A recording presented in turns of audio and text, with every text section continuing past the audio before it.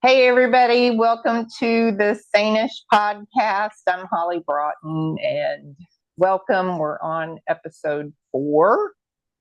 And today we've got a new guest. We're moving on. And I want to welcome Mike Drake. He's a friend of mine and he has done a lot in recovery. He is also in Austin, Texas, and he has worked really, really hard. Not only is at his recovery, but doing a lot of service work and in the recovery field. So, welcome, Mike. How you doing? Hey, I'm good. Thank you for having me on. I appreciate you inviting me on here. Absolutely. I'm so excited, and I really appreciate you doing this with me and Of course. accepting the challenge. Yeah. Any chance I can get to talk because I like to talk, so we're good. Yeah, so why don't you kind of give us an idea of like start us off and like start us from the beginning, like where you're from, like Okay. your inception. Okay. Well, actually, mine started off born and raised Southwest Missouri. I'm a country boy, so I grew up out in the country. I grew up on a basically like a farm slash a little bit of everything else. Yeah, I grew up doing that. My family also were car crushers, so I actually did a lot of that. So like throwing steel, hauling hay, all kinds of blue collar type hard work stuff. And then grew up. My dad was a single father raising me, and he's a interesting type guy. He uh he was one of those old school guys, but he very strict, one of those strict guys, but he also on the side where he made quite a bit of his money, he was also he was actually one of the largest pot farmers on that side of the Mississippi at one time. And I used to help him go and cut down stalks, and a lot of that helped him bag it up, deliver it. And then also taught me a lot of other things like going to collect money, stuff like that. And I throw that in there right to get because that just kind of leads to where we're going with how I got to where I was at in my addiction. Um, so that was kind of like the childhood growing up, and then I was probably out of the house by the time I was 16 or 17. Um, then when got a little bit of, some trouble myself, I ended up thinking, oh, I think I'm gonna branch out and kind of try to be a drug dealer myself as well. So I tried that for a while. Um, got in some trouble doing that, and then ended up going to the army. Enjoyed every minute of that, and I thought I was going to make a career out of that, but things did not. That was not in the cards for me. So things happened, and didn't work out. And then came back home, and I was just kind of, I guess I was kind of pissed off at the world and everything. It wasn't working like I thought it should, Mm-hmm. and ended up getting almost a year stint in prison, about 10 and a half months. So I was in prison in Oklahoma, and not a good time. It's definitely not a good time. That was back in the late 90s before they had prison reform and all that stuff. So that was a scary place to be. Mm-hmm. I guess I can definitely remember those times, but it was part of my journey and definitely provides me what something I use today. But that was so I was did that, and then actually when I got out, thought I'd go back to still I don't think I was still ready to straighten up my life and stuff, but I decided to I don't know, kind of fall back into a crowd I was at, and then kind of start dealing drugs again. Got arrested. And the funny thing is, I never have got arrested for drugs. It was always something else. So no drug charges, but a little bit of everything else. But I ended up back in jail, and then I had didn't want to go back to jail, so I was just trying to stay on the straight and narrow, and then ended up meeting a girl who eventually, well, actually pretty quickly became my wife that I met in Oklahoma. And I actually met her on AOL back when that first started. I met her on AOL. Met her on AOL. I messaged her one night when I was coming home drunk from the club and didn't On even I give am on I. yeah, don't yes on IM. and didn't even remember Messenger until the next day. She said we had a date that night, didn't even remember it. So I went ahead and met her, and um, she was from Oklahoma, and so we kind of hit it off and stuff of it. Then it kind of fast forwarded because she ended up getting pregnant with my son, and which that was a great thing. At that time, I was very really scared, and I'm like, oh my, I'm 22 years old, got a son on the way, and I don't even have my shit together either. So um, I was like, okay, I gotta get it together. So I ended up I dabbled into, I always enjoyed sales and tech. I definitely enjoyed technology because I always had a knack for technology. And I enjoyed sales because I love talking to people, meeting people, stuff like that. So I ended up taking a job selling wireless, basically.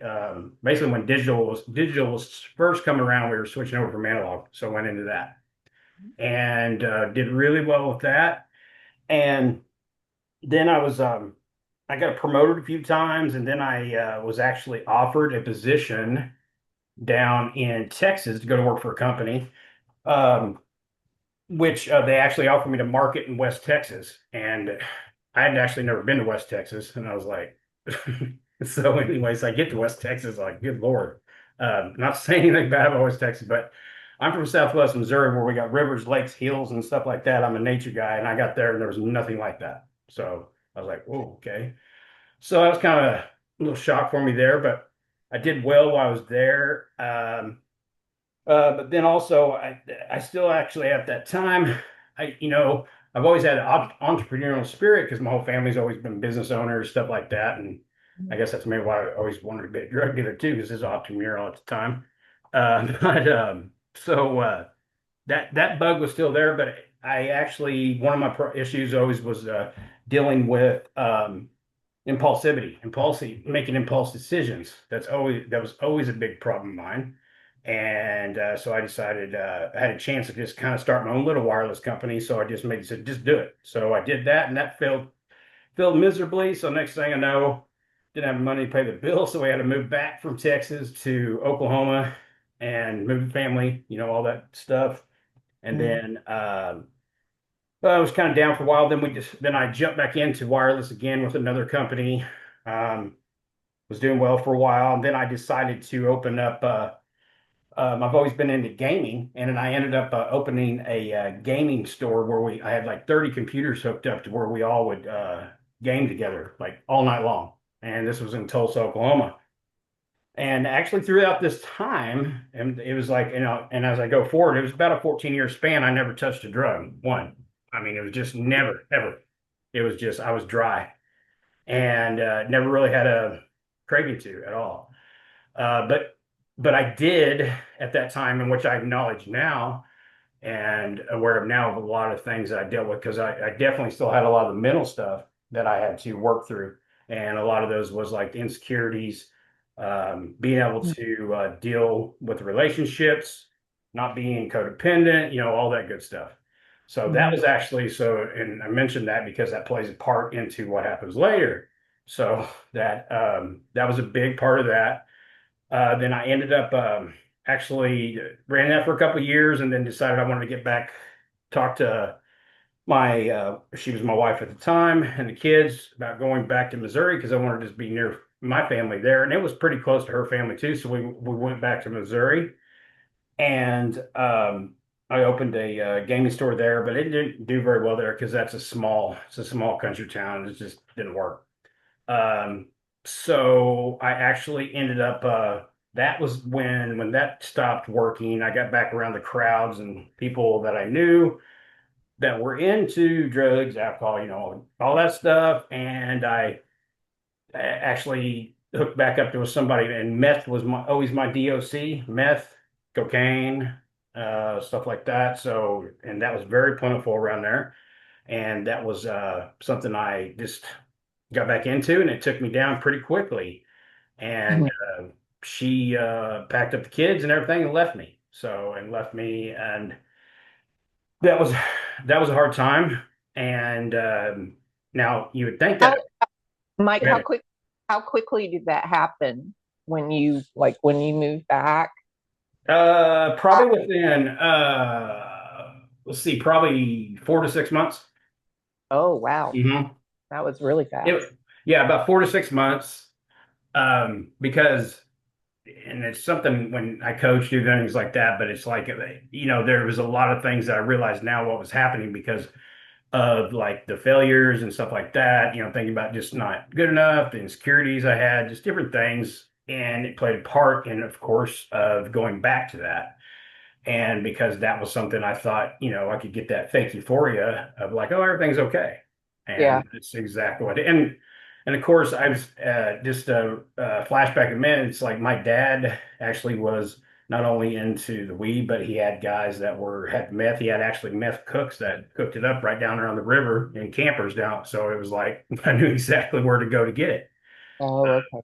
So there was a lot of that stuff, like uh, yeah. So, anyways, Now, I always had a hookup. Go ahead. was your dad an alcoholic or addict? Was your Well, the funny thing is about that is, I at that time I would never called him that but if you look back at it, I would say yeah, because him and uncles and all that, they would make sure they had beer on ice before, but they wouldn't drink throughout the day. They'd make sure, as soon as it hit 5 o'clock, the beer's open, crack the beer's open. And then, but throughout the day though.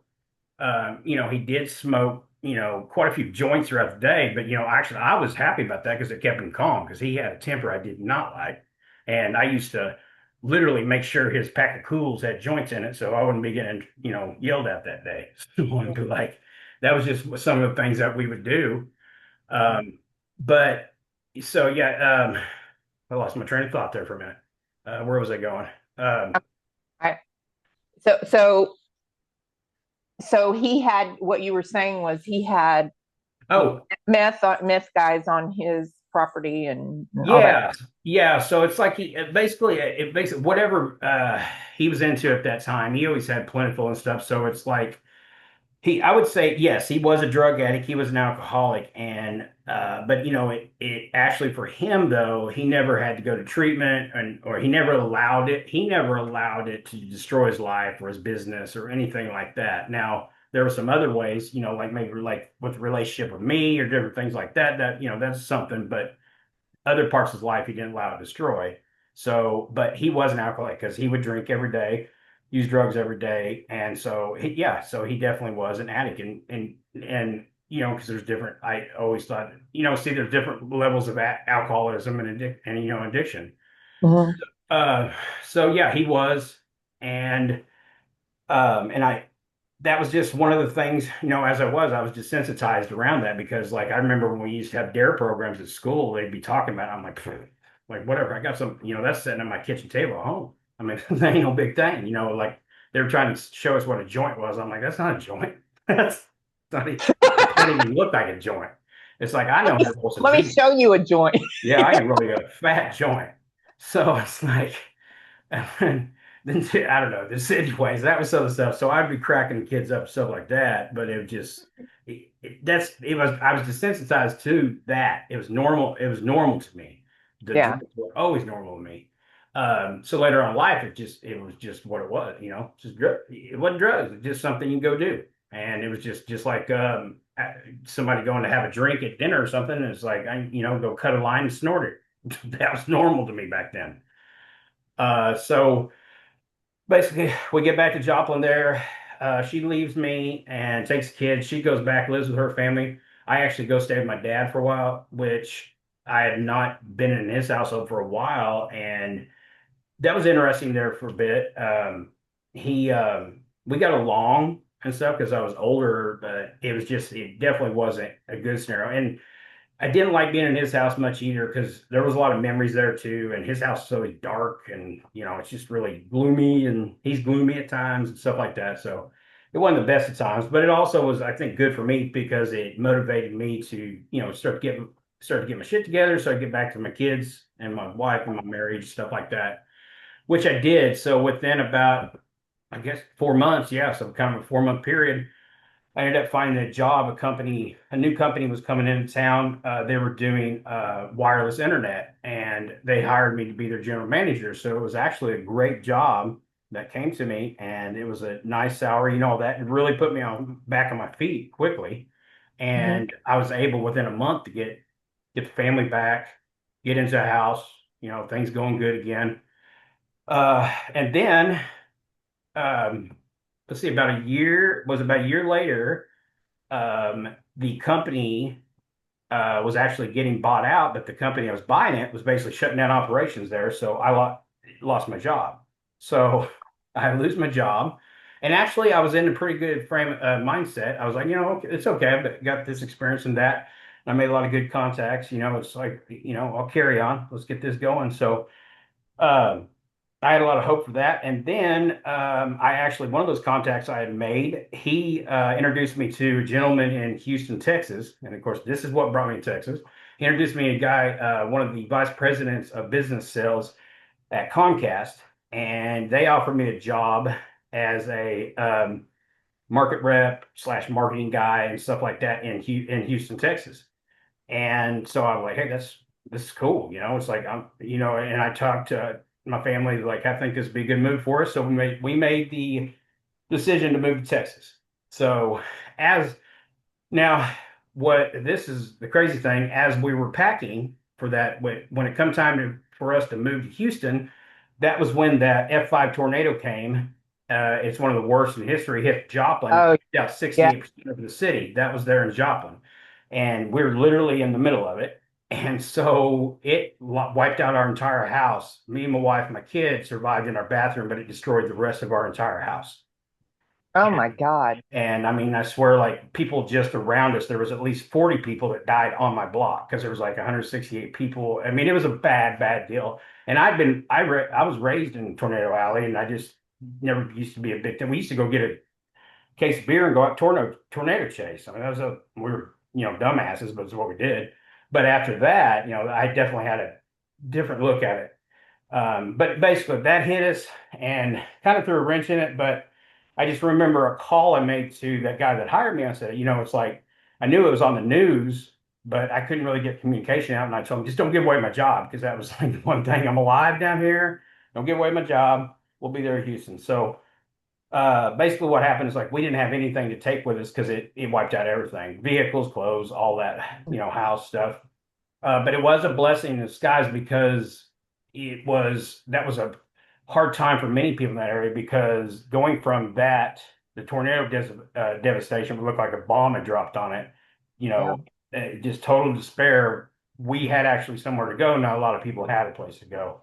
So we were headed to Houston, and we'd actually chosen Katy, Texas to go to. And we found a nice place to live in Katy, um, which found us a rental house there. It was a great place, loved it, and got into that job, started doing really well with that. And that's something I've always done. I've always been a hard worker, catch on fast, and then they got promoted quite a few times in a 4.5 year time frame there. Moved up from that to like sales manager to regional sales manager, doing great work. I had a lot of sales reps under me, doing great, enjoying it, and doing things that I always wanted to do as a father as well. Because like my son, because like I've always been into sports, played football, baseball, basketball. I'm a sports guy.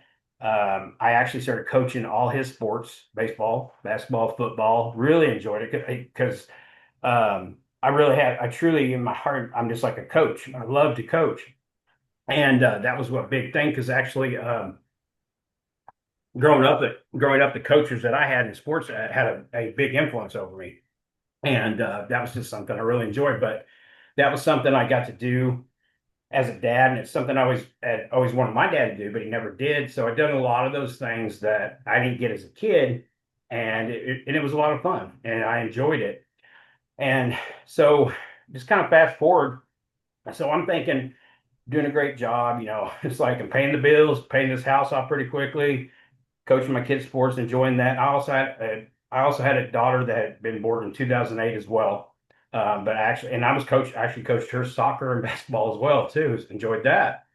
So I figured, I'm doing all I need to do. Working hard, make sure. And my wife at the time, she didn't have to work because I was making good money, that she didn't have to work, could stay home with the kids. And I'm thinking, this is what you're supposed to do and everything. And but the thing was, there was problems in the marriage of lack of respect, probably on both sides, not just her side, just but my side too.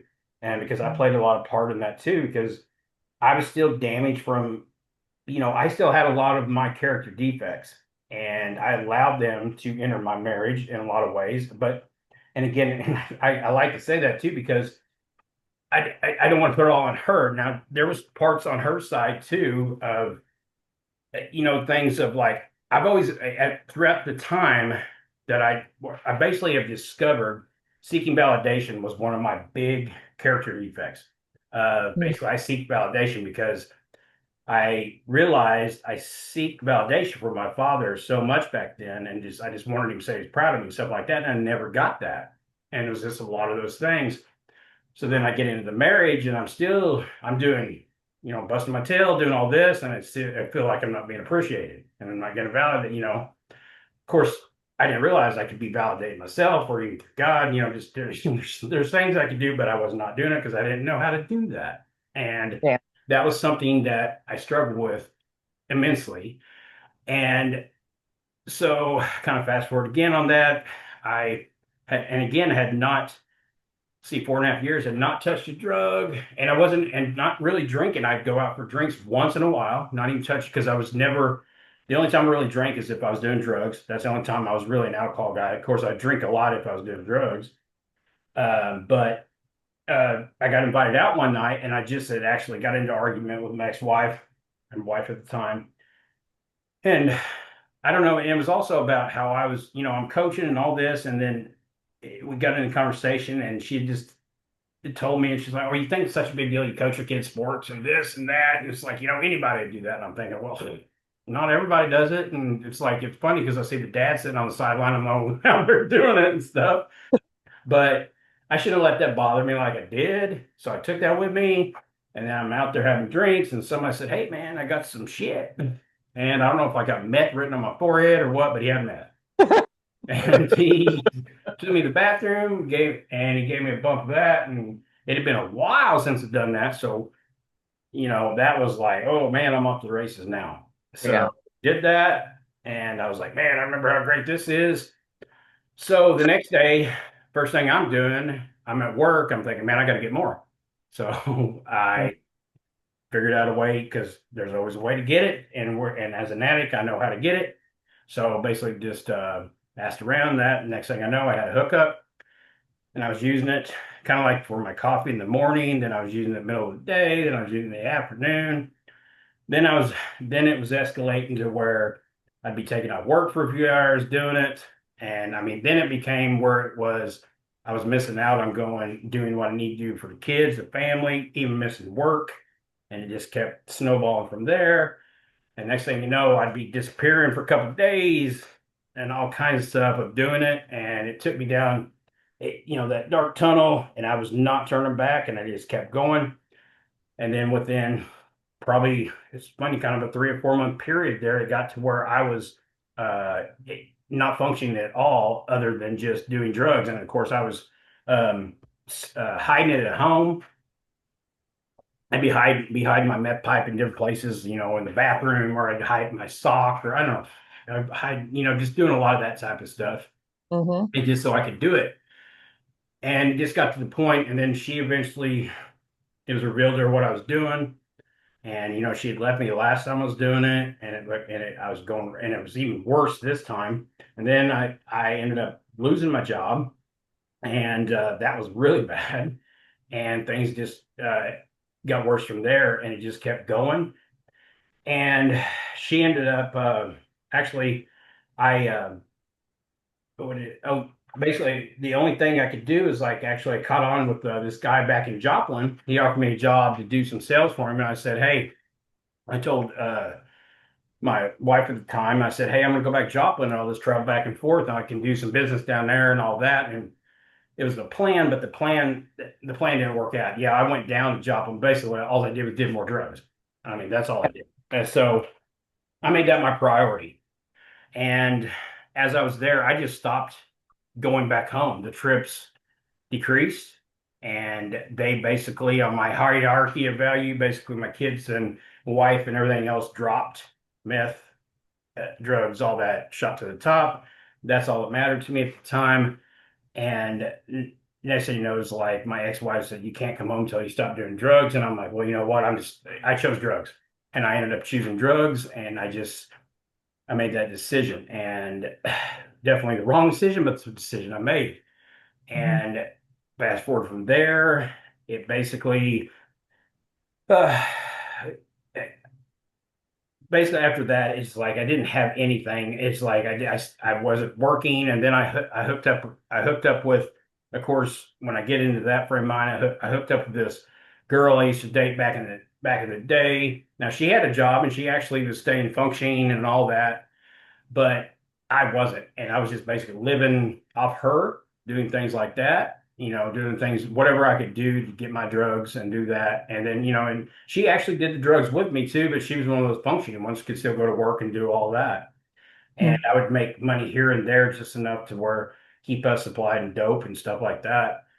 And went for a while, but that eventually came tune in too because she realized too it's like this definitely ain't good for me and sent me packing, and that's when I ended up basically homeless in Houston and out on the streets of Houston.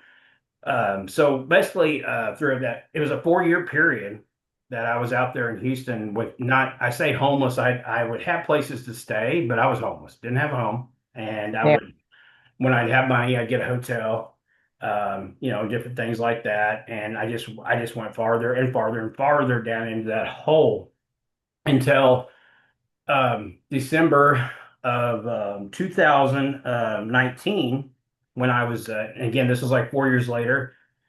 It came to a point, like I said, I mean, we talk about a rock bottom. This was my rock bottom. I had nothing. My family had basically cut. My aunts, who I love dearly, all of them didn't want nothing to do with me. They'd see my name coming in on their caller ID. They wouldn't want to answer the phone because I'm usually asking for some money or something.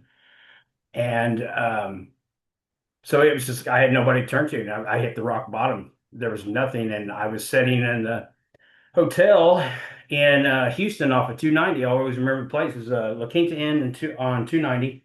And I had some money for hotel that night. So I'm sitting there. And normally I got people around me because I'm one of those that I used to surround myself with other people that want to do dope with me and stuff, just so I could have some people. But, I surround myself with the ones that wouldn't judge me for doing my dope. So, I mean, it just happened to be actually the time I was by Yeah, you myself. gotta have that. You don't want to be judged or Yeah, anything. exactly. Yeah, don't judge me.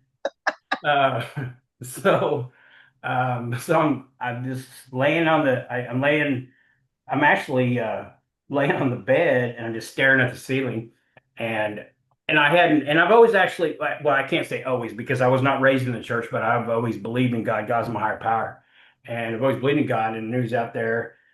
But so I just actually just started kind of having a conversation. I was like, God, I don't know what I'm doing. I don't know what my life's meant for. Don't even know why I'm still here.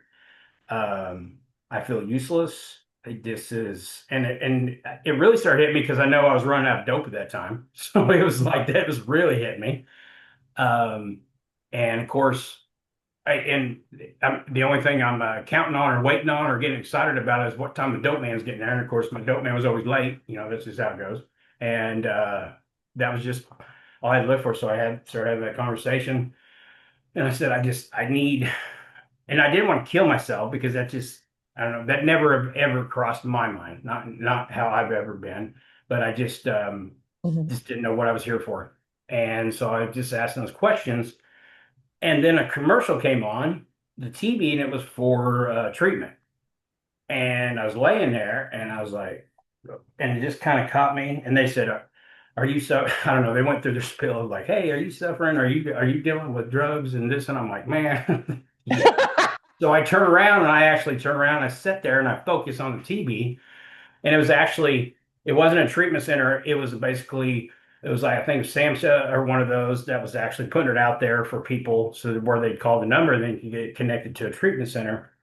And I thought about it, and one of the things with that girl that I've been dating, I wasn't no longer with, I'd actually kind of conned her, manipulated her on putting me onto her insurance policy. So I actually had insurance at the time, and so I've always been a resourceful person. Now this is the one time this one really benefited me. So I call them and I talked with them, and they hooked me up with Willow Springs.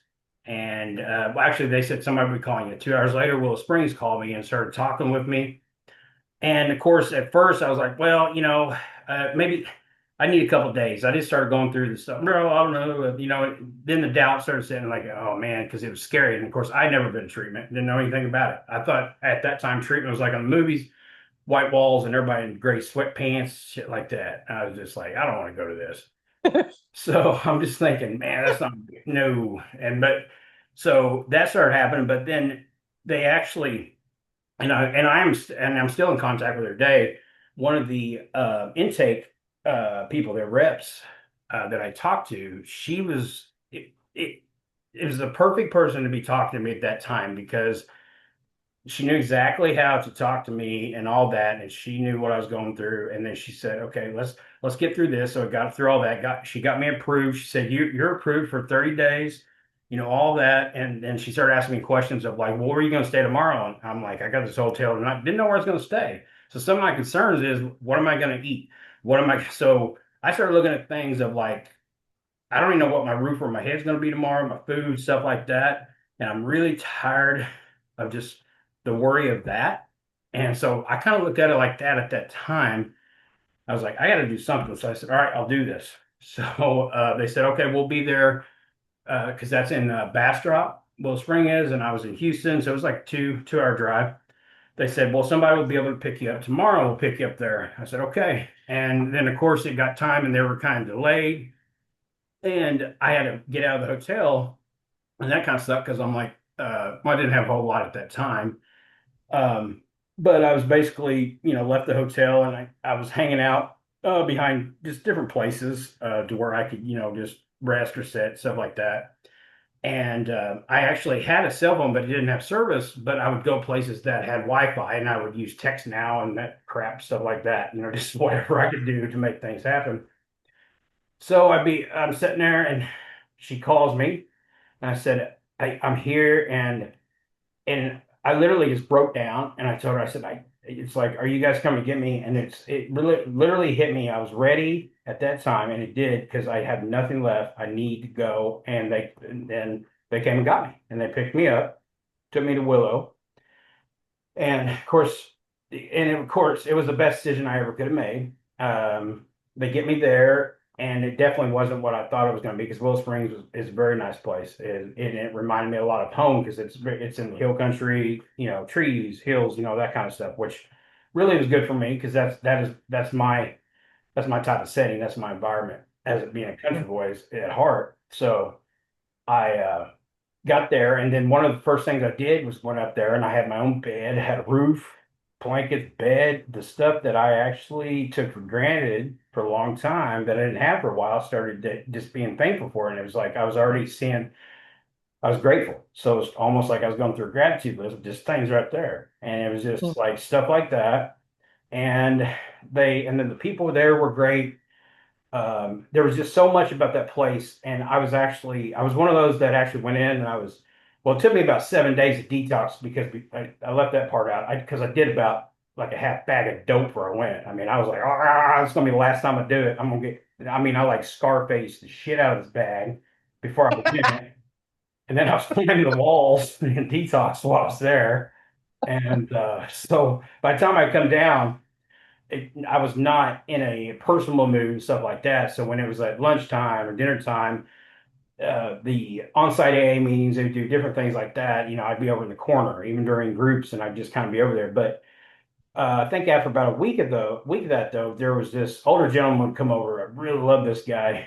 I still talk to him today. He walks over to me. He said, "Why don't you come sit with us at the table?" So I'm like, "All right." I didn't really want to, but I did. So I go over there and just get to talking. And what started happening was because I'm a people person, and when I get around good people and just people that I feed off their energy. I can feed off negative energy or I can feed off positive energy. Mhm. And so it started getting me into a place I needed to be. And and it started creating, like I call it a spark. And some people say planting a seed, but it started creating a spark in me. And so that basically that got that started. And then after a few days, I just started gaining, what I call my recovery strength and different things like that. And the spark started getting more and more powerful in me. And I actually had a counselor there tell me something that would be good for me is just to start saying hi to people each day and stuff like that. Even so, people still joke to this day, man. It's like you said hi to me like, fuck, man, like 37 times that day. And I mean, I literally would say it, but it would start to get me smiling and it started to get me out of myself. And I just kept doing that and doing that. And then it got to where I'm welcoming the new people and I'm bringing them in and we'd have these teams. And then I got voted as we had communities there. I got voted community leader and just things really started coming together. And I got to the real me, or even actually what God made me to be, to actually, I had been away from not just through my addiction, it was even through my marriage, stuff like that. And some of it got damaged or kind of paused even in my childhood, what I was supposed to become. And it was like of being a people person, being outgoing, I like comedy, I like to have fun, I like to be Mhm. not center attention, but make people laugh. Make people laugh. I always love doing that. And Mhm. so that was something that started coming back to me, and it just started fueling me more and more and more and more. And it just it was really going good. Now, kind of fast forward, I'm doing, and I was really applying myself. It's funny when I talk to clients today, it's like you got to do the work right here. And I was one of those that was doing the work. I was like, I mean, I'm going to learn this.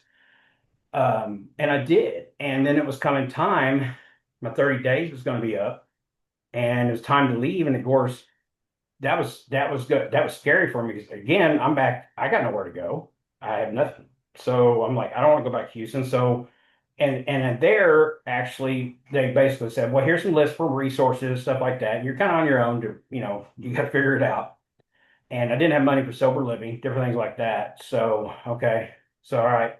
Well, I found a place. I reached out back to this lady I'd known. I went to a college in Houston, Belhaven University, and I met this lady there. She was one of the admins there. She actually did this mission stuff where she actually found me a halfway house to go to. So I went to the halfway house in Houston. Well, I spent after about 7 days on that couch, still trying to figure out the next step to what I need to do. It wasn't working because there wasn't really anything connecting, didn't know what to do. And I was not around wasn't around that environment anymore that was bringing me, bringing me into where I needed to be. So a lot that other stuff, the thoughts and all that started coming back. Character defects started playing a real big part. So I already started thinking about what can I do to get some money to get dope. That started entering me. So Mhm. the one thing I did, and I can say, I actually I called one of the guys that I met there, the ones that I believe really helped me out a lot. I called him, he got out too. I said, man, I'm really struggling right now, man. I'm thinking about using. And he said, well, he said, don't, basically, don't do it, of course, and all this. And I'm like, okay, so, but what I do, I got nothing here, man. And so what I did, I said, you know what? And so I started thinking through it and I called Will. I said, man, I need to come back. I need to come back. And they go, well, did you relapse? And I go, no. And they said, well, the only way we can accept you is if you relapse. I'm like, well, what? Shit. I'm like, I don't want to wait till I do that because that's something I don't want to do. So I said, so does it matter what I relapse on? And they go, no. So I said, all right, I'm gonna plan this out. So throughout that night, I struggled with it, but I dealt with it. And 8 o'clock next morning, I called them. I said, man, I was so drunk. I just drank a fifth of vodka and I didn't touch anything. And I was like, I'm gonna try to see if I can get in. They literally came, got me, took me back, and they didn't test me or nothing. They just accepted me. And I was like, oh, thank God. So actually, I told God, I was like, hey, I'm going to lie this one time. Is it all right? So I did. And they took me in. So I got back in and approved for another 30 days. So I'm back there and I'm like,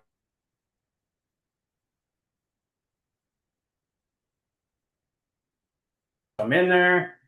going again, rolling and actually I had spent because I went in December, so I'd done Christmas, New Year's in there, and then my birthday's in February, so now I'm in there during that, and it was awesome because my group got me this cake with the Serenity Prayer on it, all this kind of good stuff, and then I actually somebody that's near and dear to both of us I met on the night of my birthday there that who came in walking in one night. Um, Starts with an M, and I remember that happening. Uh, but then after I thought I'm good to go. 30 days gonna I'm here. This is what I got to do. After about 10 days, they come to me and said my insurance lapsed. You're gonna have to pack your shit and go. I'm like, whoa. And that was like all of a sudden. And I will say I loved almost everybody there at Willow, but this lady, oh, I did not like her. She was like the financial Nazi of things. I just did not like this lady. And I'm like, okay. And so she said, figure this out. So, and I'm pretty resourceful guy, healthcare market. So I was just trying to figure this out so I can stay. And I stressed it out for about that day. And the next day, as I'm still stressing, and they're telling me I'm going to have to leave on Friday. It's Wednesday. No, it's Thursday. And I'm going to have to leave the next day if I can't get it figured out. The actual the director of the place come in, pulled me out of class. I'm thinking, oh man, they're sending me now. They said, well, we've been really proud of what you've been doing and stuff. We're going to go ahead and scholarship you for the rest of the time you're here. And I'm like, Wow. oh wow, okay. And they said we don't normally do that, but we've seen, and everybody came together, and we give out 2 or 3 of these at all of our centers, and everybody voted for you to get one of these scholarships. So I was like, now I get emotional when I talk about it. Um, Wow. That's so, awesome. anyways, they gave me that, and excuse me, sorry, I do this. So I was able to continue my journey, and so that was definitely a blessing. And I got to finish out that 30 days. So, and then of course, so that was awesome, and it was definitely something that stuck with me too, of just seeing the things that stuck with me. If we're doing the next right thing, good things can happen, and that really Mhm. stuck with me there. And so now we just kind of fast forward. It comes time to the end of my this 30 days. Well, right back where I'm at again, because again, I don't have a job, don't have a place to go. It's getting towards that time, and the person I was just their mission happened to be in my group. That We would share and process group, and they'd say, hey, "What's stressing you? What do you got going on today?" And I'm like, "I'm stressing out about where I'm going.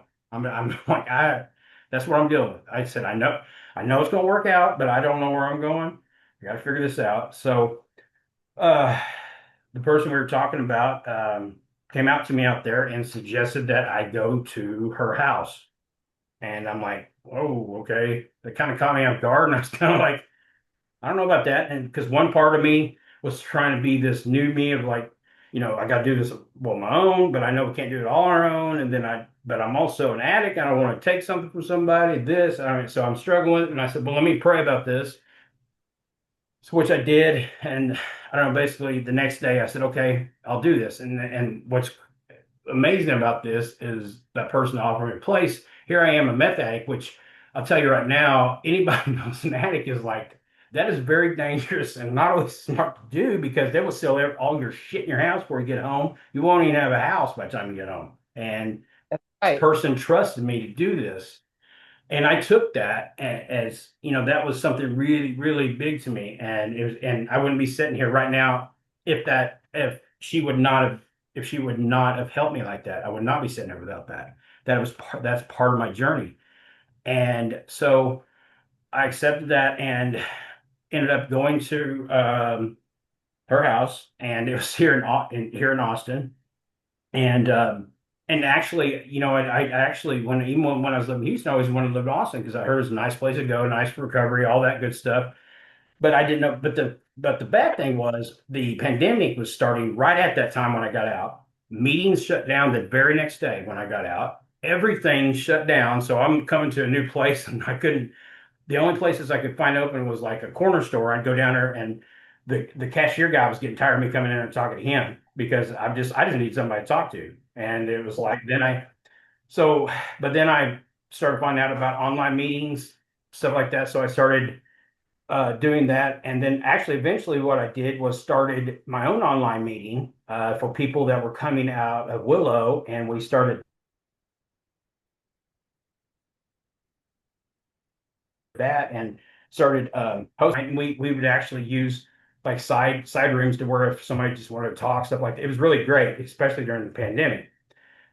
So that was part of that. That was part of my journey there. Got through that, and so I guess, and it leads into where I am now. And it's funny because, um, as you know, I was a case manager for a treatment center and when I worked with clients, a lot of them will start, I get a lot of them saying, I'm thinking about going into recovery. There's a lot of them tell me that about recovery.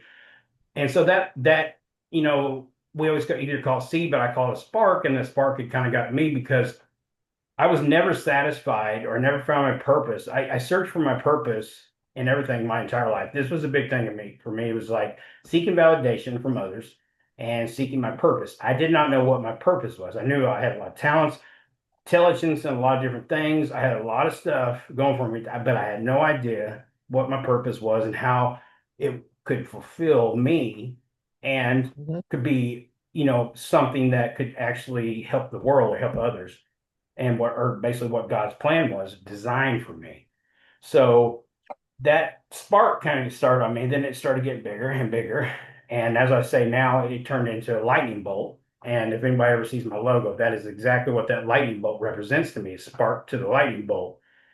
And so basically, I didn't go straight into recovery. And actually, I'm glad I didn't. And this is something when I talk to people, I don't tell them what to do, but I recommend it. I'm like, well, one thing I just tell them how I did it.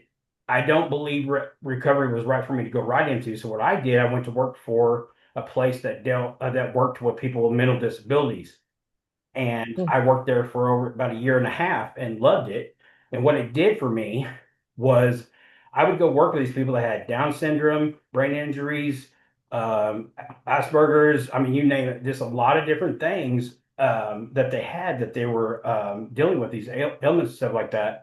But every day they would have a smile on their face. They were very loving, and they acted like everything's okay. And here I am, like, man, my back was hurt yesterday. Blah, blah, blah, blah, blah, this, and I'm like, what it did, it.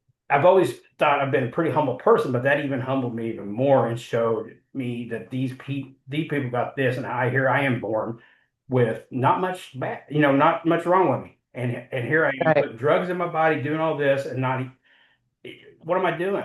So that was another time. So that year and a half there taught me so much. And so after the year and a half, I still working there and didn't know really what my next step was. But oh yeah, and forgot I was on probation throughout this time too. I forgot to throw that in there because in Houston I'd actually committed a couple of crimes I got put on probation and arrested for, and hadn't been in trouble for anything for a while. So one part of it though, it was better than going back to prison for 7 years. They gave me probation. It was supposed to be 5 years, all that stuff, doing drug tests, all that. Well, part of it was going to IOP, and they had never actually assigned that to me. So all of a sudden they assigned it to me, and I'm like, all right, let me go do this IOP. I didn't know what IOP was at the time, so I got an IOP. It's over in San Marcos, and it was at and I didn't have to pay for it. And it was at the Hays County, so I'm thinking, man, this is one that the county's putting on. This is gonna suck, all this, but let's go do it. So I go do it. Actually, I loved it, and I loved the person that was conducting it, and then I loved the people that I met in there. And then one of the speakers there that came that night, his name is Bubba. And Bubba is very prominent in the recovery world around here in this area and stuff. He does a lot of interventions, different things. And this guy I've connected with this guy because he's like ex-military guy, martial arts, just all this stuff. And I'm like, this guy's awesome. And I really gravitated toward him. So afterwards, I just went up to him. I said, man, you're awesome, dude. It's like, I really like to talk with you more. I said, this is my story, kind of where I'm at. And and something too that I didn't mention, I had never worked my 12 steps because I actually used a lot of different things, smart recovery, different things to get sober, and a lot of Mhm. that, but I'd never done my 12 steps. But I actually went to meetings, different things like that. But I said I want to work my 12 steps, do this and that. I'd like to have a sponsor like that. So he basically brought me on through the steps, and we started doing different things. And then he approached me and said, "Hey, would you like to do um, transports for me, transporting people to treatment centers?" So I said, "Sure." So I started doing that, and that went on for a while. And then he came to me probably about 3 or 4 months later and said, "Hey, this place called Plum Creek over there is looking for RSSs, resident what is it, specialists, yeah, special, basically RT stuff like that." So I'm like, okay. So I went talked to him, and a couple days later they brought me on. So I went and started working there as an RSS and loved it. And I just really dove into it. I mean, working any hours they'd give me. I mean, I was probably working 65, 70 hours a week, but I enjoyed a night shift, day shift, whatever. And then they started working in the intake, whatever they needed me to do, because I like to wear a lot of hats. I enjoy that type of position. Started jumping in a little bit of everything, learning a lot about it. Really, really found a place for me to be. And that, I said, the spark was growing and growing and growing. And it was just I really have found my place, and the purpose. I finally I didn't really realize it yet, but the purpose it was there, and I'm like, okay, this something's happening here right now. And as it started going along, they came to me and they said, "Hey, case manager, we need another case manager. Would you like to do it? Because we really think you'd be good at it." And I'm like, "Sure, let's do it." So I jumped into that role. Now, what was kind of crazy, there was some change at that time at the upper management, stuff like that. So the case manager that had been there for 2 years literally quit the next day after I took on, and I was supposed to train with him. So I was, so Gosh. I'm basically learning as I go. And and there's a lot to the case management, but working with them because at that treatment center, we do a lot for them because we find them sober livings that go. Basically, we find them homes and different things. There's a lot that we would do, and I didn't have any contacts really with sober livings. I never go. So I started building those relationships and just like get a number from somebody and start talking with them, different things. And and it I really really enjoyed it. I started working with all types of people, different ages, different genders, non-genders, LGBTQ. It just opened me up to so much of a different world of just so many different people coming from different types, from alcoholism to different types of addiction. I worked with some APT officers that were struggling, just I mean just all types of stuff, veterans, just all types of people I started working with, and I got to work with them.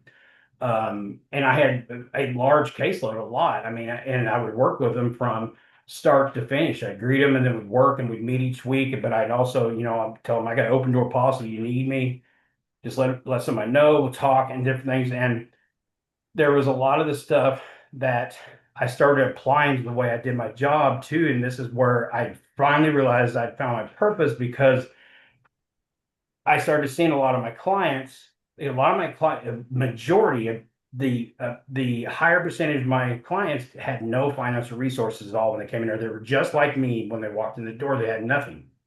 So this is what truly showed me my purpose, and it's like this is where I'm supposed to make an impact on it. So it's like you need, and I felt God was telling me at that time, you need to do everything you can to make sure these people got a safe place to go, home if it's sober living or something, to get them to and create aftercare plans and doing all the what they need to be have a successful recovery. So and that's when I really truly know this is my purpose, and I enjoyed it. And at times it could get very certain because I'd come home at night and be like, oh good Lord, I can't find a home for this person. And it's like because that was I mean it would sit on me. And it's like, I don't want this person going back out. I want this person to have every opportunity to stay sober that I can. But there was this is where I really started finding a groove and really what my purpose was. And it was just awesome. So that was a great thing. And then I did that for a while until, I guess Oh, throughout that time, I actually got Smart Recovery certified. I got some other certifications, and then I got my um, uh, recovery coach certification during that time, and a lot of that stuff too. And I didn't know what I was going to do with it at the time, but I knew what I wanted to do, but I didn't know how I was going to get to the point of doing it. And eventually, um, things happened. I was shown how I was going to get to that. The leadership at that time, and I'll just say it, is like they were more worried about the bottom line than they were the clients. And I had actually left. I took some PTO, which I hardly ever did. Went back to be with my dad because he had been sick. He had to have surgery, stuff like that. But I was able to go be there while I was there. They actually fired me while I was there, and it was over pretty much some BS, and that was proven later too. But another story on that. But basically, I was separated from that position, and um, I was actually angry about that for a few days. That there was a lot of things, emotions going through me, and all that. Now, I am proud to say that turning to drugs or anything like that, giving in to my addiction, never crossed my mind one time. And I can say that um, because that has become my strength and my coping skills and different things that I had learned. And so I knew that a new door would open up for me, and which it eventually did. And basically, it was presented to me, and I believe God presented that to me where, okay, now it's time, Mike, for you to do the recovery coaching.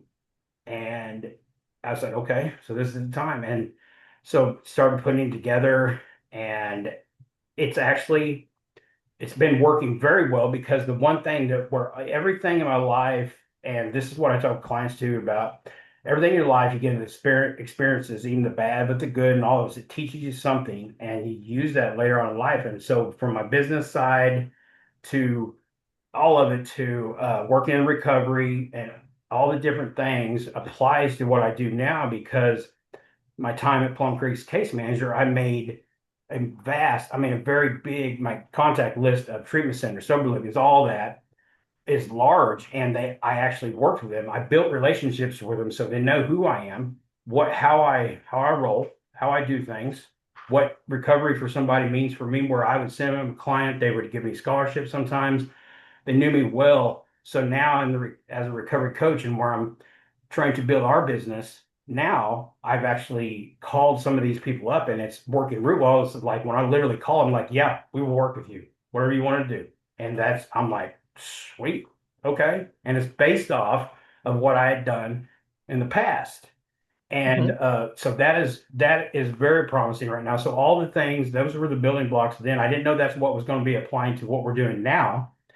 And just different blessings keep coming. One that came out of left field at me was the shoes we have now. Um, Basically, all we have coined them the official shoes of recovery. I happened to see a place that out of Italy that manufactures shoes, and they like to support causes. So I said, you know what, I'm gonna contact them about my cause because I think people need to get in sober because that not people not having the money to get in sober living has always been a big one for me because I know what that feels like.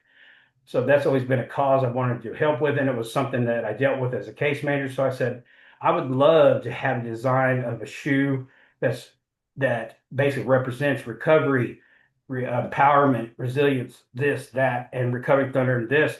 The guy loved it and said, okay, let's make a shoe. And I was like, okay, all right, so let's make shoes. So we made a shoe, and now we got the shoes. And now I will tell you, it's been challenging trying to um, create and then grow both sides of this, but it's happening. But it's like now we got the shoes, but now he came back to me too, and he says, you don't only have to do one shoe, let's do more shoes and other accessories like backpacks and this and this and this and this. And I said, let's open a whole fashion line that represents recovery. And I was like, all right, let's do that. So now, That's hysterical. I yeah, mean, it's not. I mean, it's funny because it's growing, and I'm yeah, sure you didn't expect it like that. But that's kind of exactly. how that's No, it came out of left field on me, and the thing is too, I used to be one of those people too, and it's like I had to work on. It was like I'd be down here, but then I'd try to get up here too quick. Like, oh, I'm gonna build it up here and start, and I'd forget about all the steps to get up here. So I've been telling myself, okay, you gotta focus on this. So I've got the shoe, then I've got recovery thunder coaching, which we're building and we're having progress. And and I do know that I've grown a lot in doing this business because I've tried to open business. I've had business of my own in the past, but now it's like even little progress now is exciting for me. And it's like because I know it's growing and going, taking us to where we want to go.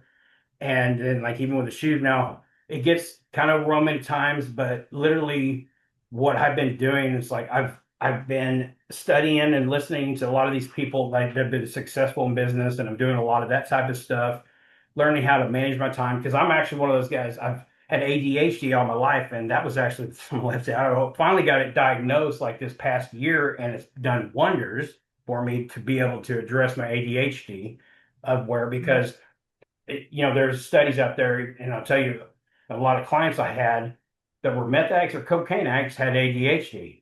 Some about us because we love to do meth because one of those things that meth used to do was like instead of it would literally bring us to where like we could function at a level of like functionality, I guess you'd say.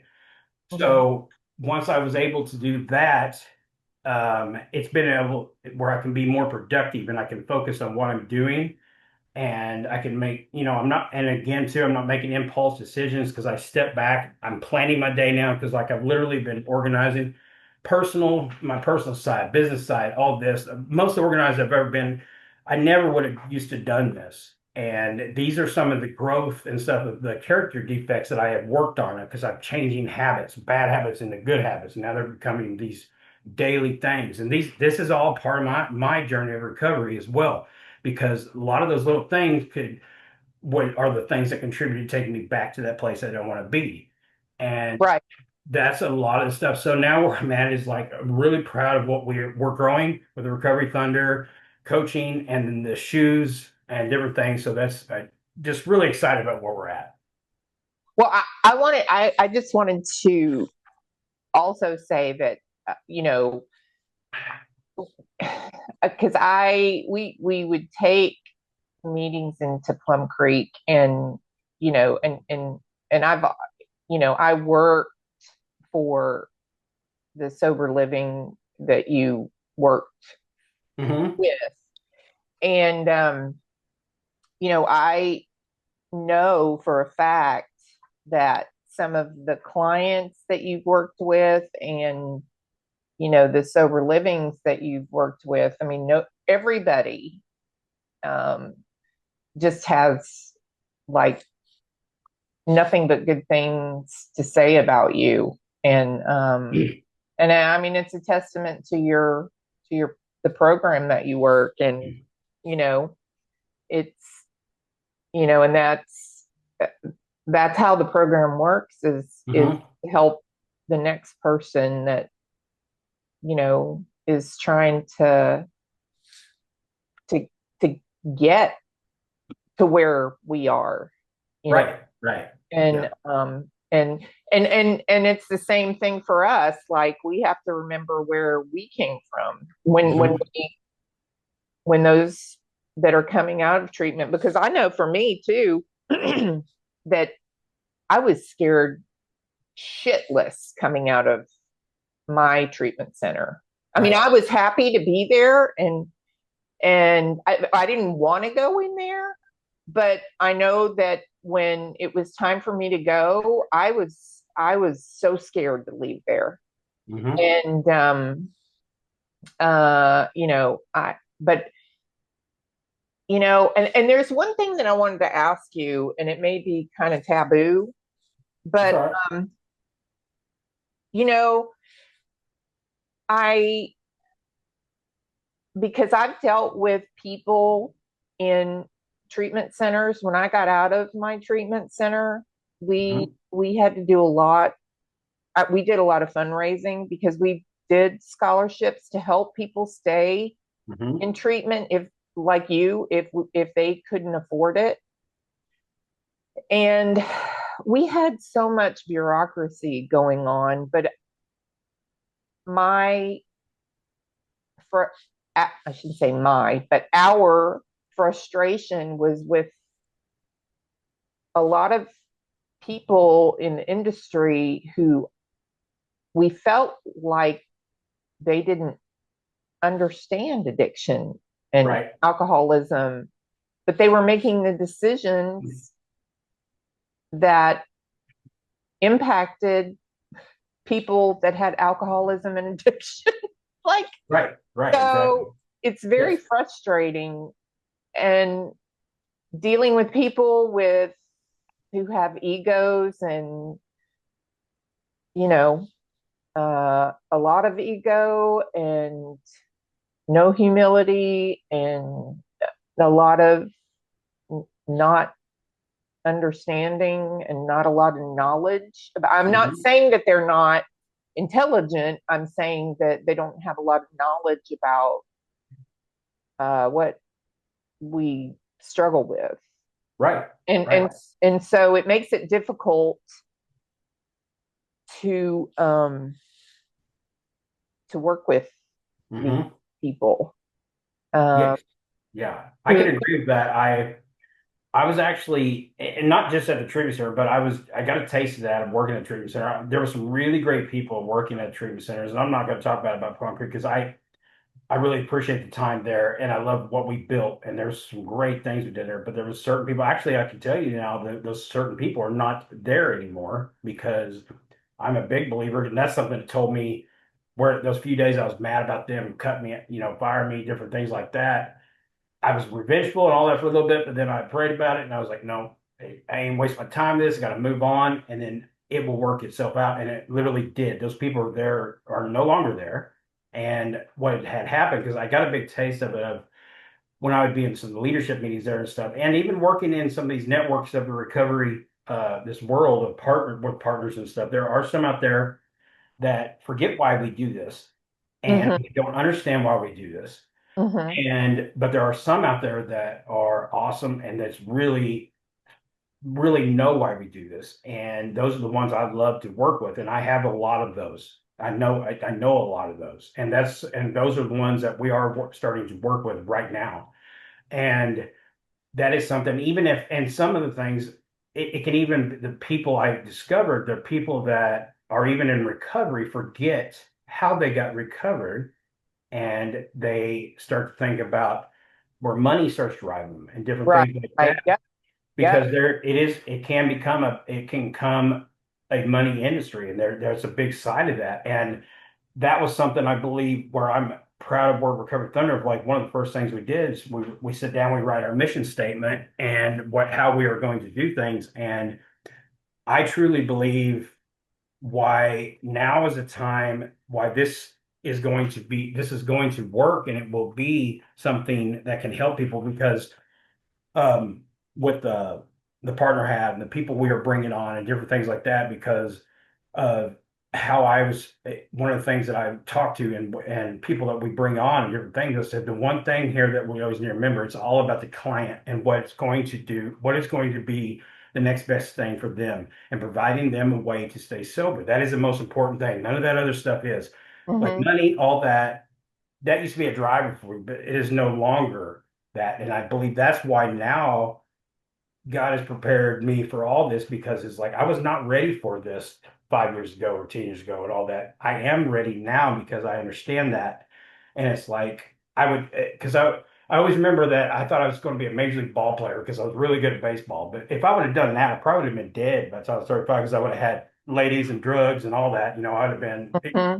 I couldn't do that. And it's like I wouldn't have been able, so I never won the lottery. There's a lot of that different things, because that just was not. Now the success now I see for myself, but for Recovery Thunder and the team and all of us involved, success is being a place that when people look at just our logo and Recovery Thunder and all that, is like that's a place where people can go and start their journey of recovery, continue on their recovery journey, and find peace and the empowerment and all that. That's what this represents, and that's what it will always represent. And I got a bit, but it was one of those experiences I got of seeing the bad side of it. And I take all that is like learning lessons of like, okay, that is not what you want to do. This is what can happen.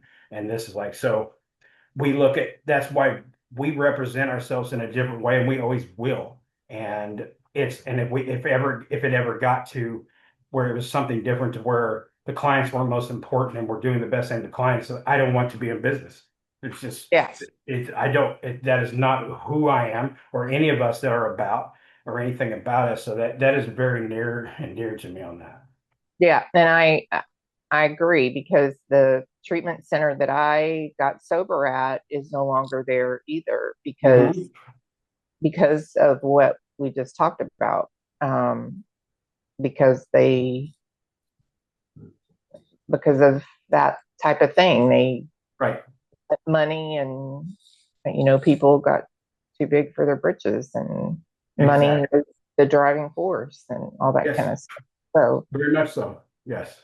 but I and people not understanding what how addiction affects the person and Mhm. alcoholism affects the person and all that kind of stuff. And unfortunately, I have also seen, people who have gotten sober and have started businesses and successfully in recovery, and they've lost it and have gone back Mhm. out because of Yes. money. Yep. So you have to be very, very careful with that type of thing. Yes. Um, Yes. uh, That is very much so. And some I didn't mention in there when I was talking.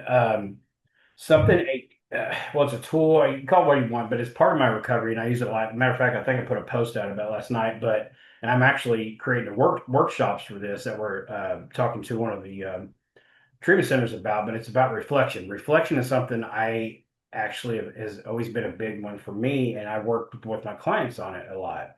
And basically, my reflection of it was like to look at where I came from to where I'm at now, what I had didn't have, what I have now, what I had, what I lost. And something I didn't mention was like my kids, who are very, very much important to me because I was that they actually they're one of the greatest things in my life. I mean, of course they are, and my son and my daughter, and I have not seen my kids in 7 years.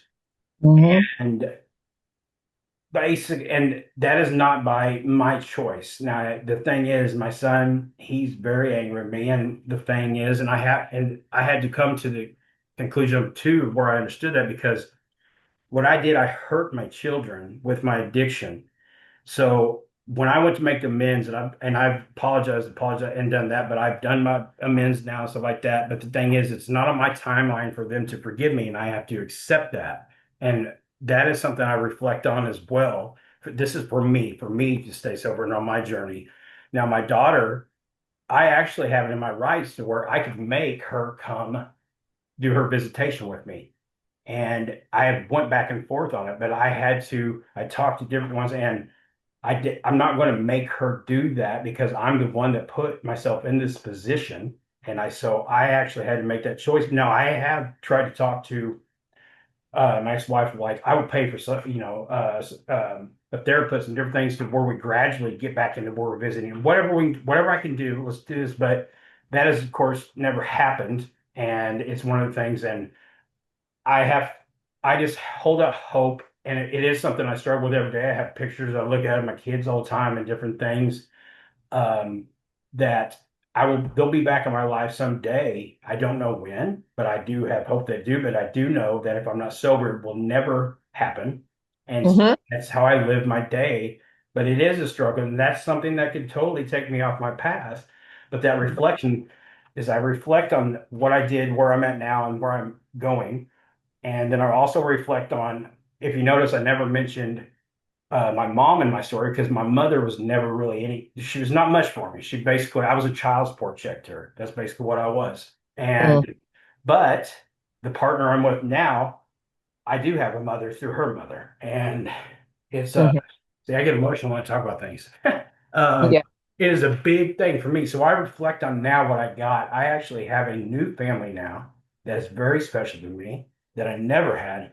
And I reflect on if any type days that I struggle or anything like that, I reflect back, do you want to lose this like you lost everything else? I ask myself that question. No, I do not. And so that is more powerful. Like I always would talk to my clients, but to me is like my addiction and my drug never gets weaker, but I get stronger. And this is how I do things. And those right there, all that reflection on that is stronger than any drug, any meth, any of that type of stuff. And I reflect on that a lot. So that's a big thing for me. But and I just wanted to mention that because it's like, I know a lot of us struggle with like not, and I had a lot of clients that too. I'm not seeing the children and all that, and it's very, it truly, truly is. And but it's like I have to hold that hope out, and it's like, but I know that I'm working my program and doing what the things I need to do, and someday it will happen. So Yeah, and I can totally identify with that because you know I too have not I have not seen, spoken to, participated in my daughter's life yeah, in the past 5 years. So, and that's very difficult for me. But having said that, and I got sober before my daughter was born, but I know for me in my recovery, if I were to go back out, I would hmm, never see her again. exactly. There's no chance. Yes, If I stay sober, then I have a chance of seeing her again. exactly. Yeah. There's a chance. Yep. So, but if I if I go back out, there's no chance. Right. I, I'm either gonna die or there's just no chance. Period. Exactly. And I would rather have the chance or just the hope of it. And I believe when I pray about it too, it will happen someday. And I would rather at least have the possibility of it happening than not. It's like, Yeah, I exactly. do. So, I'd rather have a 1% chance yep, than no chance at all. exactly. And I too, uh, I too have also gained the same family you Yes, do. that's very true. Yes. So, and not, I mean, I too have a family, but they're all over, not, and they're not Yeah. here. So I'm very grateful to have inherited that same family you have. Yeah. So Now I will throw in there, I have reconnected with my dad. We have a really good relationship now. He's yeah, and he's that's you need he's to still mention that because mhm. he's you still have he's still become grumpy. He's still a grumpy, very just the world sucks and all this and the thing. But it's funny because I have found myself like, especially when I went back, I was almost being like his case manager, trying to help him, and it is totally flipped now. But it's like, and what got me to this because this was a big thing for me too, because I carried a weight on my shoulders and a lot of that, that validation and a lot of that, because I got rid of that because all I need now in the morning is I validate my recovery, I validate myself, and God validates me, and that's enough for me. It's all I need. That is all I need, and that's how I function the way I do, and I'm happy with that. And I didn't understand that, and but then with my dad, that I remember when I went back for Christmas about 3 years ago. I took my partner, who with me, and and she could probably tell you. And literally, when I was walking up steps, I kind of it was almost like PTSD moment of like, oh, good Lord, because it's like, oh, I didn't want to go in, all this stuff. I was scared, and a lot of memories came back and stuff. But I went in. He was happy to see me. But one of the things I did, and I've been wanting to do this, I just went up, sat down, and I told him, I get emotional. Basically, I said. I told him I'm sorry. And in a lot of things, I went through the things, different things where I felt I didn't know apologies and all that, from how he raised me and different things of how mean he was and abuse, different things. But I didn't care anymore about that. I just wanted it gone because forgiveness is, as we say, is a more is it's very much for us as it is for the other person. right. And I said, I am sorry for anything because I did a lot of lying to him because I was a big liar back then. It was like because when I was seeking that validation, I would lie to people so they didn't think bad of me. That was something I did, and I did Yeah. that a lot because I wanted them to be proud of me. And I said, "This is why I did this." And it's funny because my relatives who are know my aunts and all that, they're like, "That's why you were doing it." I don't understand why. That's why I was doing it because I didn't want you mad at me and I didn't want you not proud of me and stuff like that. And my dad and I said, I'm sorry for this.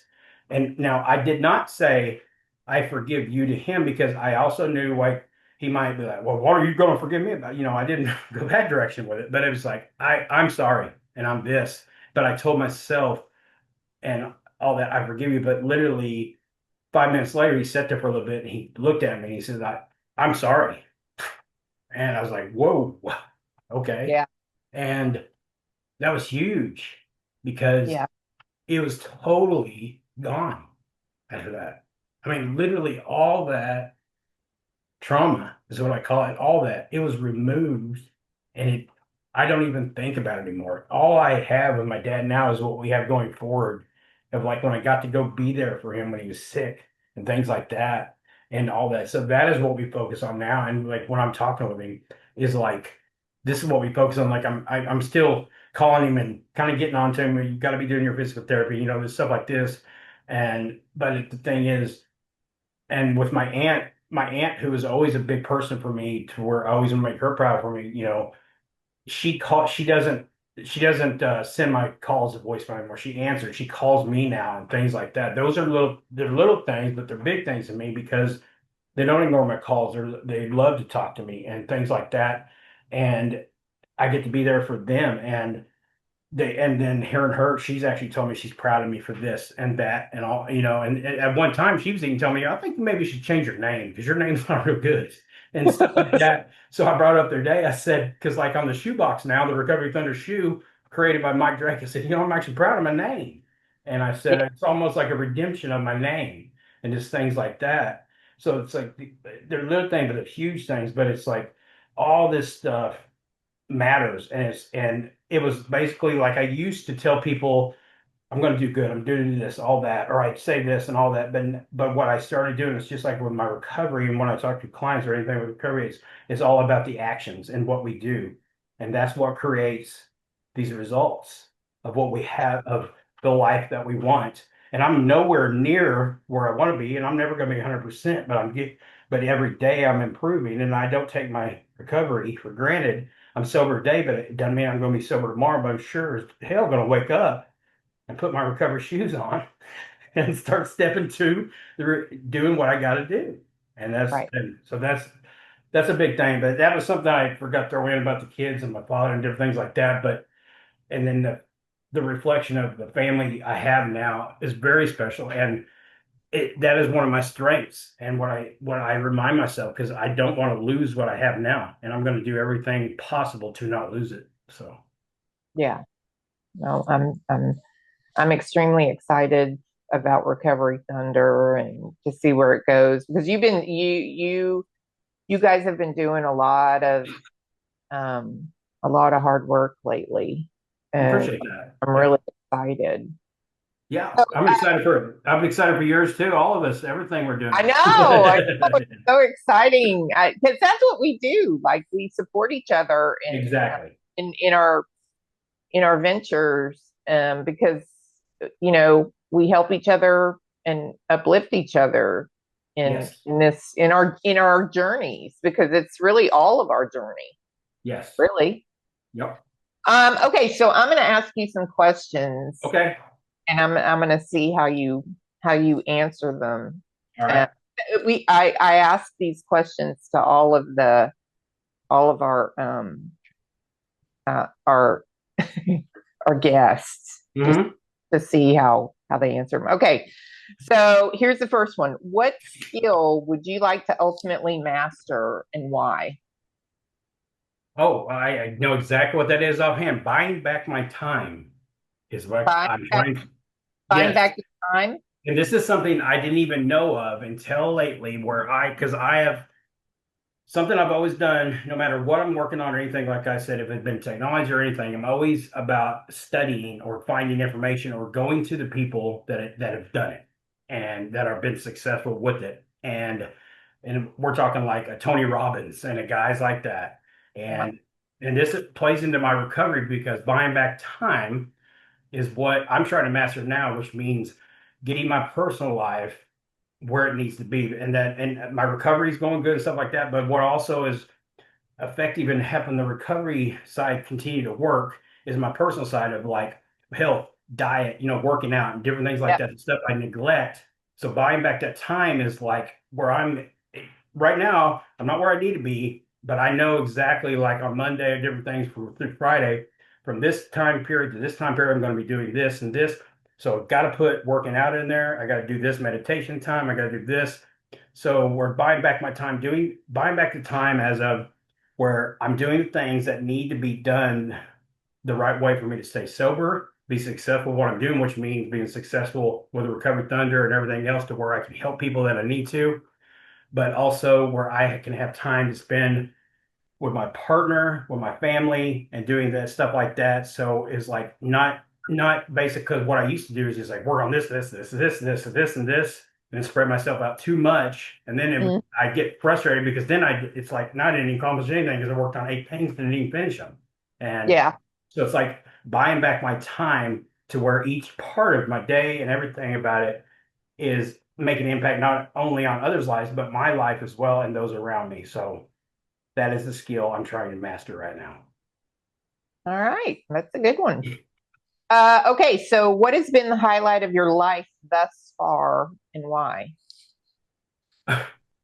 Most first thing that came to my mind was the Chiefs winning all the Super Bowls. Oh, I was going to say that, but I. But because yeah, it did. No, it that is because as me being the diehard Chief, because I talked about the Chiefs and when it, even when they weren't good, but it's always been I was because going to say Mike's a huge Chiefs fan. yes. Wait, you know that they won their first Super Bowl that I was alive for because they won their first Super Bowl in 1970. I was not alive. I was born in 78. They won their first one when I was in treatment. I got to see it while I was in treatment when I got sober. So that was awesome. Well, that was a plus. Yeah. Maybe that was your first miracle. Oh, yeah. And somebody said the other day, it's like, do you realize, have you noticed that as you've stayed recovered, that they keep going to Super Bowls? So I'm like, oh, man, they do, don't they? That's fucking awesome. So so if the Chiefs the Chiefs lost this last one, so people joked Yeah. that they were going to check on me, see if I'm all right. Um, Oh my so God. I would say of course, a lot of people said, but my children were a very big event in my life, and then my time at that La Quinta Inn is a integral part that changed my life. That is a very important time in my life because it started me on my path to where I'm at now. So I'm gonna have to put that one up there because that is what changed my life and then led to the other important parts of my life, that events and stuff that happened of like meeting the partner, the awesome person I'm with now, to the family I got now, all that. So there's a lot of them I could put up there, but it's that moment that changed everything. All right. So kind of a domino effect then. Exactly. All right. What risk have you not taken that you would still like to take, and why haven't you? Ooh, because I'm kind of a risk taker. I've taken a lot of risks. You have actually. Good Lord, yes. Dangerous wise and all kinds of things. Well, we're anyway. I'll stop. What was the risk when I was doing drugs, but I didn't realize. That's what I was going to say, but I Yeah, wasn't going to. yeah. We're not going back. We're going forward, Mike. I guess a risk. I mean, literally, the only risk that I could take is to pick up that meth pipe again. Okay. Well, but this is what risk have you not taken that Oh, you would still like to take, and why haven't you? oh shoot. I guess I envision that sometimes a risk would be to. Well, I was talking about my kids, and I try. I send a text about My son has got me blocked up, but I send one to my daughter about it once every week just to tell her I'm thinking about her and stuff. But I think a risk would be to, I guess, try. I'd say force, but try to make it happen where she'd see me. I guess Uh, that would be a risk. It's a risk I want to take, but then I also don't take it because I don't think I should do it. So I get it. I get that. yes, I get that. that's one I think about a lot, but then I also step back and not do it. Yeah, I get that. because there's consequences to it, and it's not only affecting me. Yeah, I get it. I get it. It would affect her. I get it. Correct. So that would probably be the only one I can think of actually. Yeah. Yeah. All right. Do you have any nick or pet names? Oh, for myself? Well, any like does does does does anybody have any for you that you Uh, can mention? Not any X-rated ones, but Sexual you stuff. Yeah, it's like I was thinking. Well, I've had a lot of nicknames over time because I one thing because I back in my drug dealing days I owned a club because I was laundering money through it and stuff. They used to call me well, my favorite song of all time, and I got a tattoo of it, is Atomic Dog by George Clinton and P-Funk. Um, People used to call me Atomic Dog. So, and that's actually, I'm a gamer still to this day. Matter of fact, that's my break time is jump on Call of Duty, but my gamer name is Atomic Dog. So that's my nickname. Atomic. okay, Yeah. okay, okay, okay. So, what person, living, dead, or character do you most relate to, and why? Um, oh, character? What person, living, dead, or character do you most relate to, and why? I would say, I would probably, who I relate to as much is Desmond from the story of the Count of Monte Cristo. I always related to that book because he was actually wrongfully imprisoned. A lot of people turned against him and just a lot of things. So I this and then how he actually had total retribution in life and basically everything worked out. So that's one. And then also um, a character I love to it's my favorite movie also, but John McClane from Die Hard. I actually my daughter's nickname is McClane and my uh, dog name. Yeah, so and the reason I was that because movies were always my escape as a kid. When I did have to live with my mom, I used to go to the theater all the time, and they'd let me stay there for like $1 and watch movies all day. So I'm like Mr. Movie Guy, and okay. I would escape into the fantasy world of movies. And John McClane was always one, and I always, even throughout life, like if I was getting in a fight or doing different things, I'm like, I'm on John McClane this moment, stuff like that, because he's just like a regular guy fighting terrorists and shit, and it's like it don't matter what the odds are, it's like he's gonna fucking figure out a way to make it happen. So here you go. Just gonna take him out Yes, yes, in the most yes, in the most fiery way possible. yes. Anytime that I've been in therapy or anything, if they ask me, "Are you a fight or flight?" Oh, I'm like, "Oh, I'm a fight." I'm fucking fight.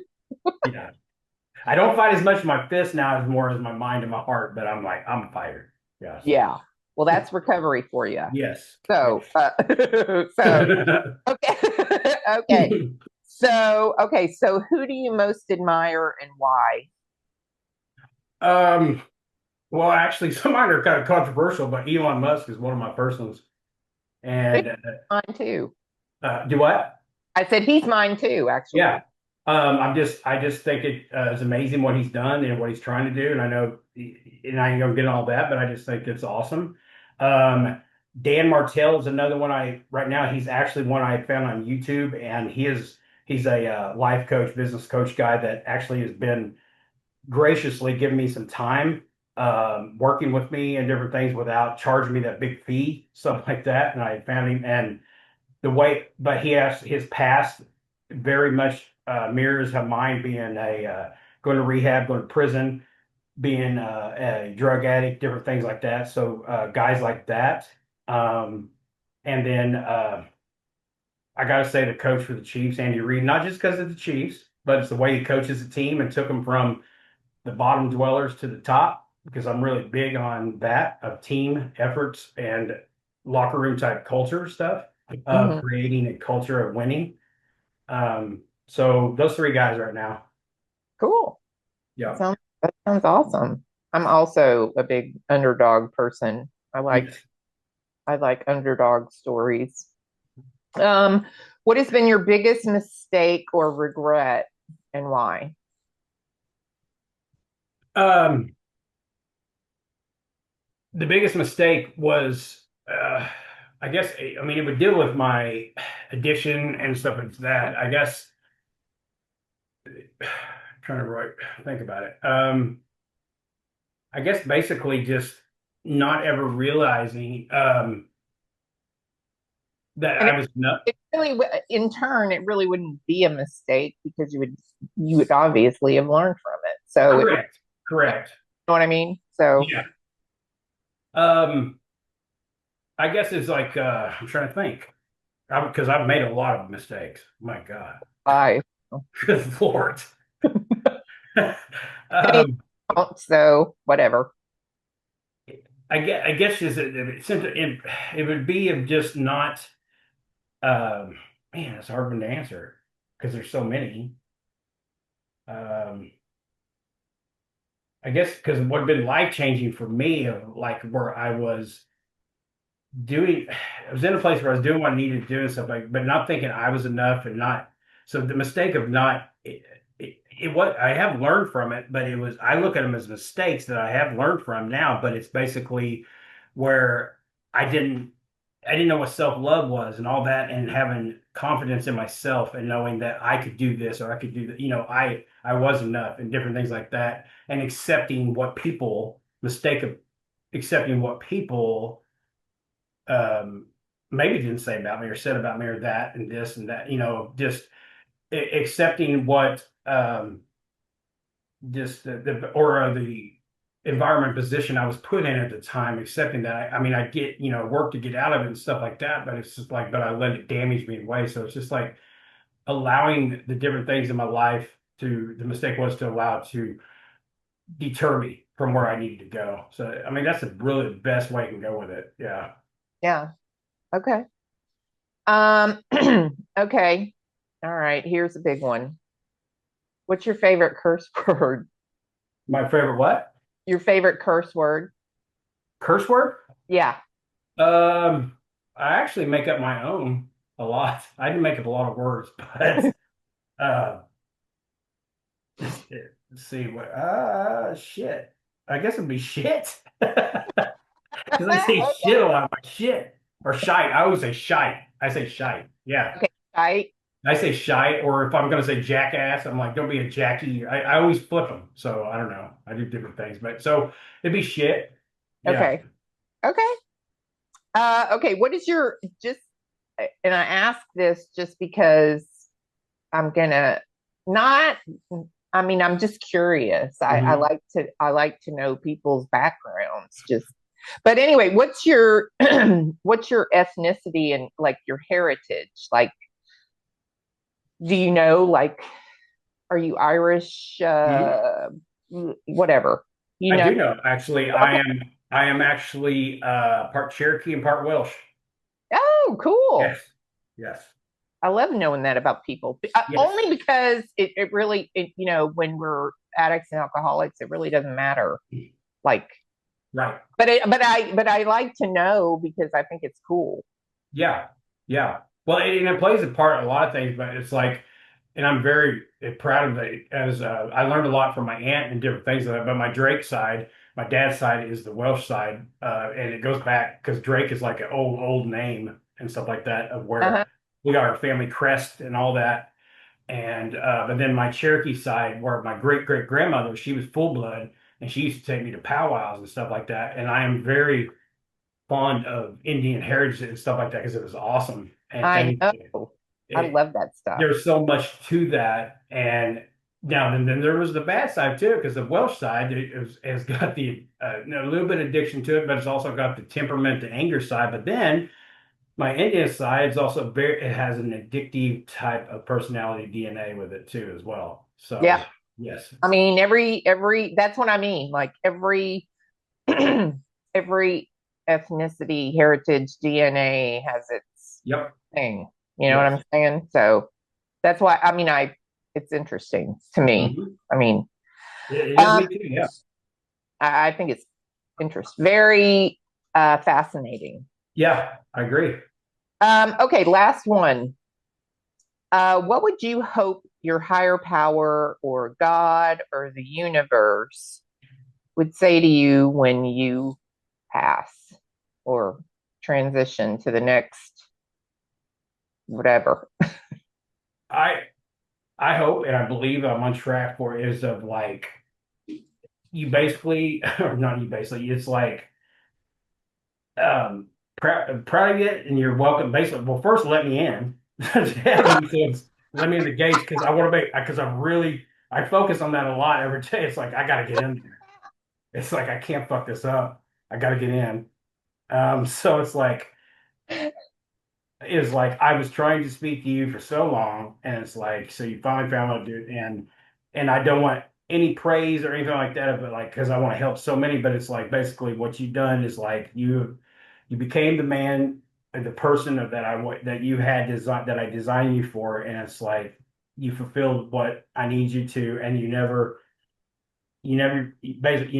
forgot. Well, you did, but you found me again, and it's like I'm gonna let you in. So I simplify it really. It's like really that's what I focus on. I don't make it too hard because I am a firm believer in the devil and God, and the devil is the side that comes after me, trying to grab me every day, and the good side, and I keep focus on that. And it's like I want to get in that gate, so I got to do what I got to do. So that's all. I, So I, come on in. Good job. Have fun. Your grandma's waiting on you, stuff like that. So when you said that, I have this vision of you at the gates, like yeah, yeah. let me in, And let, being and let me being in. me, it's like if they don't first let me in, I'm gonna find a way to get in. I'll skip a fence, or I'm gonna dig, or I'm gonna do There's a lot. something. So There's like this chain on the gate with the yeah, padlock. yeah. So it's like you fulfill basically you feel and not in 100% way, but it's like I sure did what gave it my effort and tried to. So it's like getting in. That's how I look at it. Yeah. Well, Mike, thank you so much. And listen, how can people get in touch with you? And Recovery Thunder. Like I'm gonna put the information Okay. in the links and stuff. But why don't you go ahead and tell everybody? Like, Okay. Yeah. Actually, it's really easy to get a hold of us. We have our website, recoverythunder.com. We also have our social media side, Facebook, Instagram, Twitter, or X, and it's at Recovery Thunder or at Recovery Thunder on all those platforms. That's a great way to can message us anytime. You can also email me at mike.drake@recoverythunder.com. We also those are different ways to get a hold of us. We also have an app that I've actually almost completed that we're building that's going to be for clients, but also people that are in recovery to use. But those are the ways to get a hold of us right now. I'm on it constantly. Those are ways to do it, but there's also the chat systems of that too, to where people can message us, and we definitely usually respond within 24 hours. So those are great ways to get a hold of us. great. Oh, Mike, thank you so much for sharing your story and your all of your triumphs and the hope in it and turning things around and showing people how recovery works. And then of course your service and how you're showing people, how you can, you know, build on it and, provide to others. Well, I What appreciate what wasn't really there for you, even though you yourself got a scholarship and it made a difference actually. So it. It did, and that's why one of the things each day just try to provide that for others. And so yeah, I appreciate that, and I'm excited for you and all of us on this, and the clients and treatment or everybody that we're going to work with. I'm just excited about the future of what this is going to bring to everybody. So me too. Me too. So thank you, and we'll see you soon. And everybody, stay tuned for the next episode. But thank you, Mike, again, and y'all take care. I appreciate it. Have a good night. You too.